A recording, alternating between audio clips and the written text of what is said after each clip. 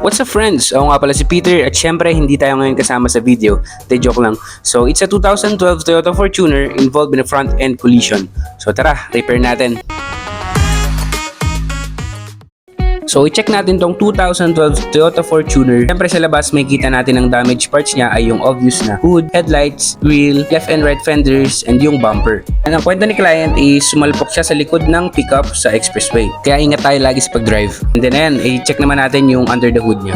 So makikita natin dito under the hood, baluktot yung radiator stay niya, damage yung radiator condenser. So tara, start natin i-dismantle. So ito na yung hidden damages niya na na-discover natin upon dismantling. Nandyan din yung radiator and condenser, radiator shroud, at iba pang parts na visible inside this panel.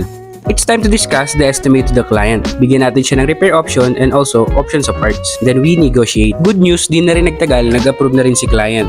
So start muna natin yung loob, which is yung mechanical parts niya na damage, yung water pump pulley. So let's start by removing the affected structural parts. Siyempre, bago tanggalin, kailangan muna natin i-align ng onte yung mga affected parts bago tuluyan i-dismantle. Ang next natin is tatanggalin natin ng mga spot welds and right-hand radiator support para tuluyan siyang mabaklas tulad ng ginawa natin sa previous video natin sa dismantling ng Isuzu Travis. So next natin, ang pinakaunang tinututukan natin sa structural parts ay yung tinatawag na fender apron. Dito, importante ang alignment for headlamps, radiator stay, and hood syempre. Dito pinapakita na ginagamitan natin ng mallet at kahoy para hindi masyado malamog ang fender apron since repair lang siya at hindi siya replace. And then, ginagamitan na rin natin ng hammer and dolly and special tools na hydraulic tool para maunat ang parts na kailangan i-align.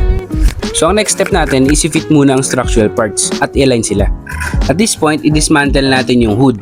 Balitan ng hood hinges and i-align natin ang pinagkakabitan ng hood hinges. So fit na natin ang mga new parts and i-align na natin ito. Once na ma-install na natin lahat ng parts and na-align, dismantle ulit for painting. Dahil sobrang busy dito sa workshop sa MMG AutoZone, skip na natin ang painting procedure. Ang highlight lang natin dito ay ang tinsmith o bodyworks.